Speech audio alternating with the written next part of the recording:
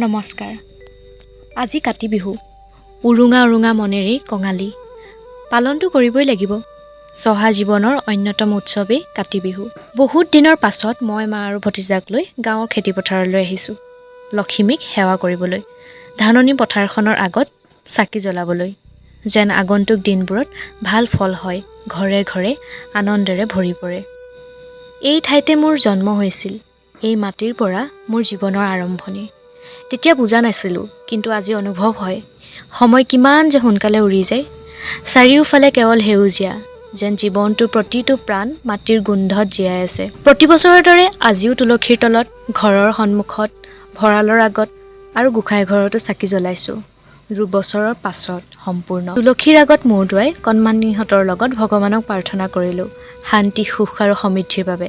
তাহানিৰ সৰুকালৰ কথা মনত পৰিল। তেতিয়া আমি সৰু ল'ৰা ছোৱালীবোৰে ঘৰে ঘৰে গৈ তুলসীৰ আগত প্ৰাৰ্থনা গাবলৈ যাব লাগিছিল। সেই সময়ৰ হাঁহি, সেই উৎসাহ, সেই ফূৰ্তি লগা সময়বোৰ আজি মাত্ৰ স্মৃতি হৈ মনত ৰ'ল।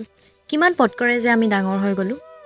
সকলোৱে একেলগে প্ৰসাদ খালোঁ, অলপ চাহ খালোঁ, আড্ডা মাৰিলোঁ। এজনৰ মুখত হাঁহি, আনজনৰ আনন্দ। ইমান সাধাৰণ অথচ ইমান অমূল্য। ৰাতিয়ে আমি মৃতকলৈ বুলি আগবঢ়াই মাছৰ লগত ভাত খালোঁ। হয়তো এয়াই বিহুৰ মহত্ব, য'ত সংমিশ্ৰণ হৈ থাকে শ্ৰদ্ধা, পৰম্পৰা আৰু নিজৰ আপোনবোৰৰ লগত পাৰ কৰা আনন্দৰ এক মুহূৰ্ত। আজিৰ দিনটো কেৱল এটা উৎসৱ নহয়, এটা স্মৃতি, এটা অনুভৱ। যিমানেই দূৰলৈ যাওঁ লাগিলে, আমি আমাৰ মাটি আৰু এই শিপাডালৰ সৈতে সদায় সংযুক্ত হৈ থাকিম।